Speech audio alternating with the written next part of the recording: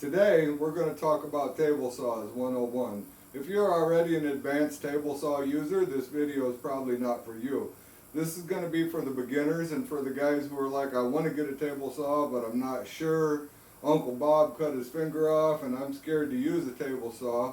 There's nothing to be scared of, and I'm going to show you how to use one. Hi everybody, I'm Jim Dirdorf and this is Detroit DIY. Table saws have been around for many years. I've been using them since I was 18 years old. I've become maybe too comfortable with a table saw. This one right here sent me to the hospital. They were able to put the end of my finger back on, no problem. It still works and everything. I'll do a video on kickback at a later date. I'm going to do a whole compilation on table saws, the use of table saws, how to prevent kickback, so on and so forth. So slowly but surely that list will grow. But today, this is for the beginner. And if you're thinking about a table saw is a handy tool. It is a nice tool to have. It'll do a lot of things for you, and it'll open up your ability to do things, you know, for yourself, for the DIYer.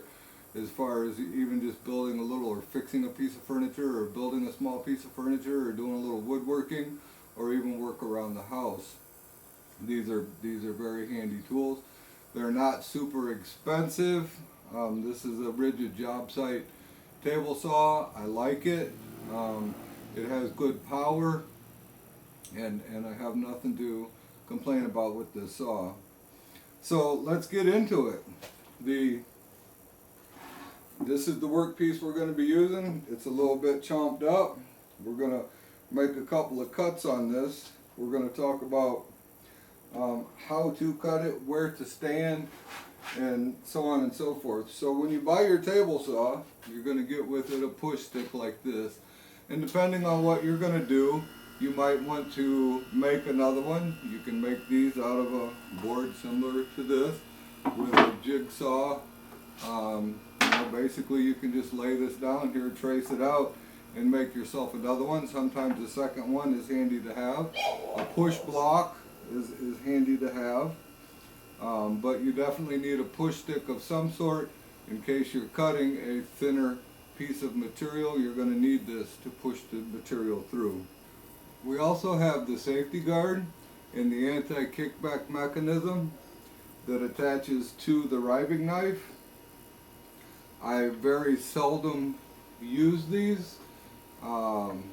If you're a beginner, you can. Sometimes it's a little hard to see what's going on. I like to kind of see what's going on. This will also limit the width of a strip that you can cut. If you need to take off a narrow cut, the fence is not going to allow you to get that close to get a narrow strip. So the most important thing for the table saw is this riving knife.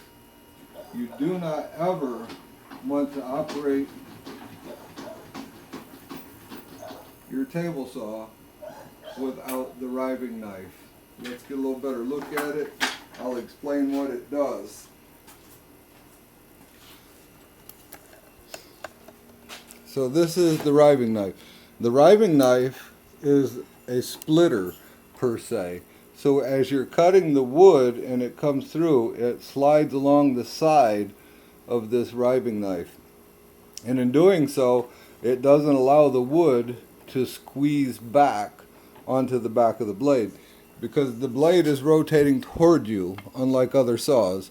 That's why you can get a kickback, and the riving knife is the most important part you can have on your saw to help prevent the saw from kicking back. So never ever operate this table saw or any table saw without a riving knife or a splitter, something to prevent the wood, because if the wood has memory, as you cut it, it can try to squeeze back together. And without this on here, it'll literally squeeze together on the back of the blade, and it'll lift it up and shoot it out. And that is not what you want, because when that happens, it has the tendency, when you're pushing the wood, you're putting a little pressure on it, and your hand will just kind of fly right in. So that is the biggest mistake that anyone could ever make is to try and cut a piece of wood without this riving knife. If you would, guys and ladies, please subscribe to my channel and help me out. If you're enjoying these videos and you're getting any value from them at all, please subscribe. Let me know that that you are enjoying these videos and that you're learning something from them. And guys, I'm going to keep making these videos. I'm going to do tutorials. I'm not necessarily going to, sure there's going to be some entertainment. I'm not going to slip on the ice and fall down, I hope. But we're going to get some laughs along the way, and we're going to learn a lot. So hit that subscribe button, guys, and that notification bell, guys and ladies, and help me out. Thank you. So the next thing I want to talk about is the adjustment on the riving knife. So there's two locations for the riving knife. So if you want to, the riving knife releases right here and locks so that it can be removed, which, like I say, you really don't want to use the saw without it. But as you can see, it has two settings. So if you put the riving knife all the way down like that and lock it in, this is used for undercuts so that the riving knife is near the top of the blade. So basically you can cut an 1/8 of an inch or 1/4 of an inch deep cut in a 3/4 inch board so that you just have the line underneath. Or you can do a series of cuts similar to a dado or something like that. That is where you want the riving knife for that type of cut. If you're doing a through cut, you want the riving knife up in the higher position like this. And then at that point in time, if you want to use your safety equipment, it attaches to the riving knife. If I can do it with one finger here, or one hand, I think I can.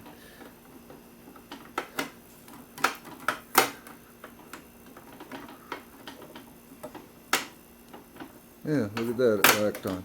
So that's all there is to it. It's just a little push button. As the wood comes through, it lifts these up, and then it kind of grabs onto them. And the same thing with the safety guard. It also attaches to the riving knife. So right here through this one, and then it locks into this one. So something just like that, and then it's locked in place. Now everything is locked into place as far as the safety shields are concerned. So if you want to use these, if these make you feel more comfortable beginning with your first cuts, that's great.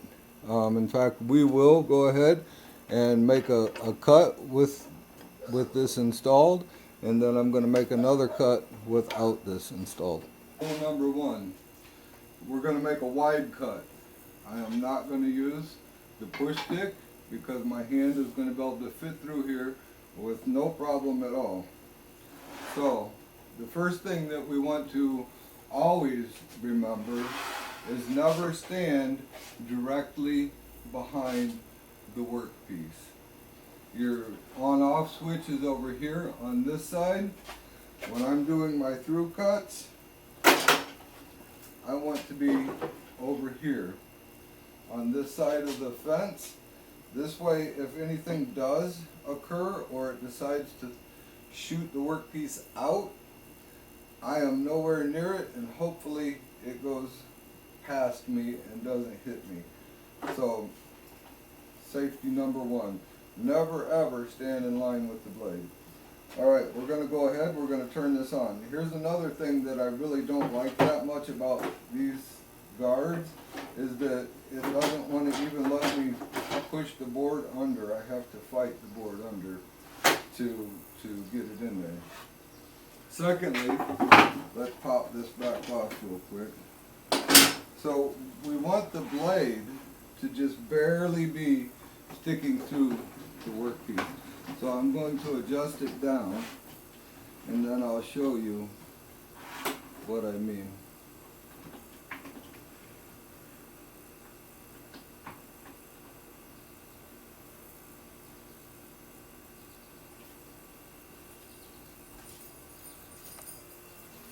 So in this case, I've got the blade pulled down all the way to where it's just barely above the workpiece. That is what you want.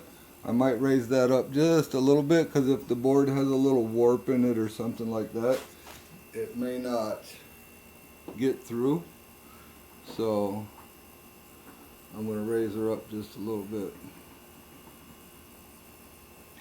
My fence, here's where you unlatch it to adjust it, and here is where you relock it down. Also, the adjustments here have a lock for raising and lowering the blade. You want to lock that back into place. And this is the lock for the angle. So if you're making a straight cut or a 45 or a 22.5 or whatever you're doing, you will use that latch right there, that lock. Release it and relock it. So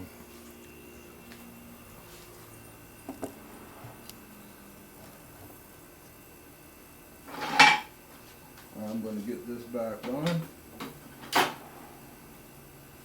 and we're going to make a cut. Always make sure that your saw table is clean, nothing sitting on your saw table, no pieces of wood, no tape measures, no pencils, no nothing sitting on top of your saw table. Alright, let's make this cut. I'm not going to use my vacuum. Some dust might fly your way. It'll be okay.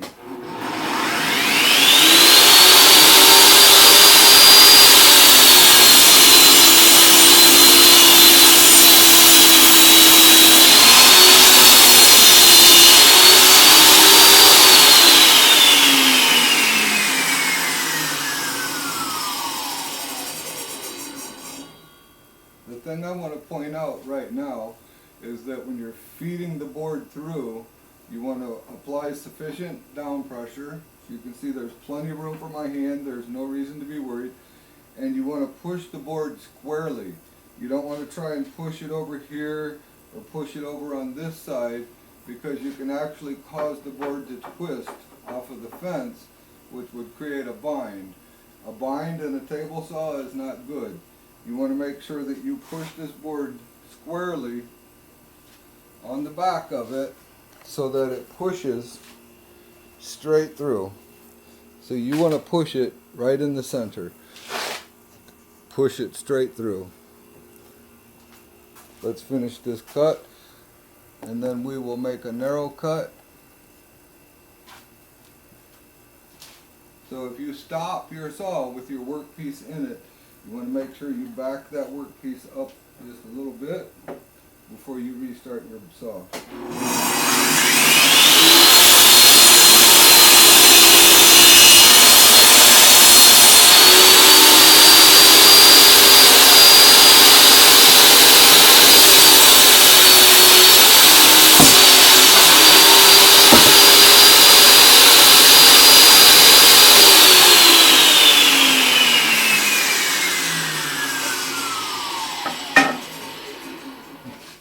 That's it, you guys are a little close to the saw. Alright, so now what we're going to do is we're going to go ahead and we're going to make a thin cut. And for that, we are going to remove both of these. We're going to get this out. We'll go ahead and put these back in their storage area. So what we're going to do is we are going to make a cut just slightly wider than our push stick. So, somewhere about right there. A little bit more than 3/4 of an inch. And the main thing here is that once again, you want to push squarely on the board. So you don't want to push it from this side where the board is going to have the tendency to try and turn against the fence. So, and for most of this board, I am going to use my hand here, like this, and my hand back here. where I will be pushing on this back corner. Once we get to where it is no longer really safe to have my hands near the blade, then I'm going to switch over to the push stick to finish pushing it through. And yes, I will lay my push stick over here where it's handy for me to reach. It is on the other side of the fence.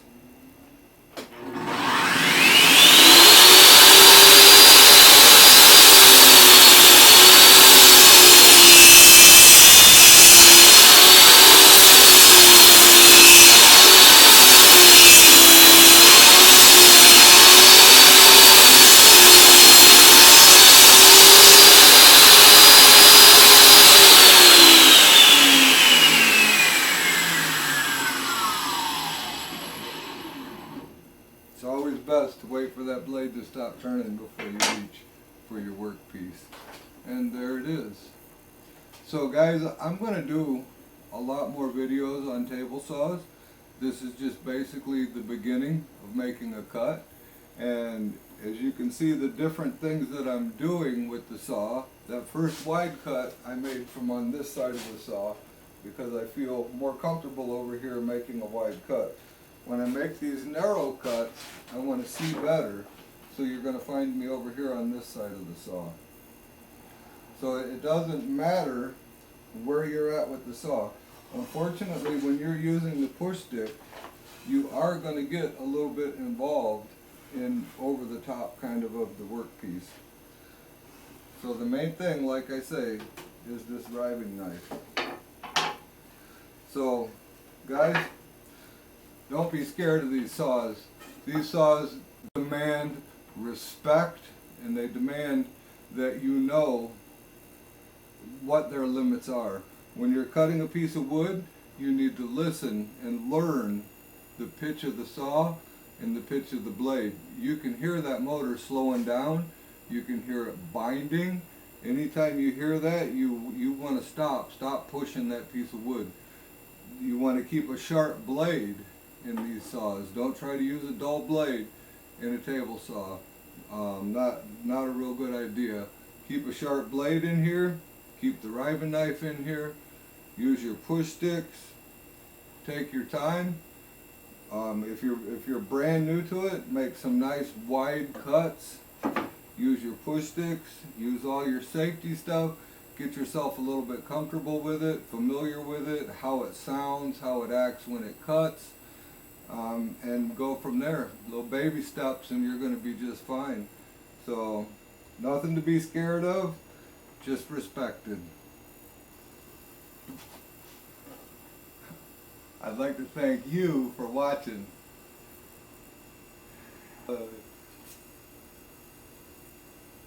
I'd like to thank you for watching. If you enjoyed yourself, click on one of those two videos. They're going to pop up right there. And I'd like to give a special thanks to Tony Iconelli and Brett Wimmer because none of this could happen without them.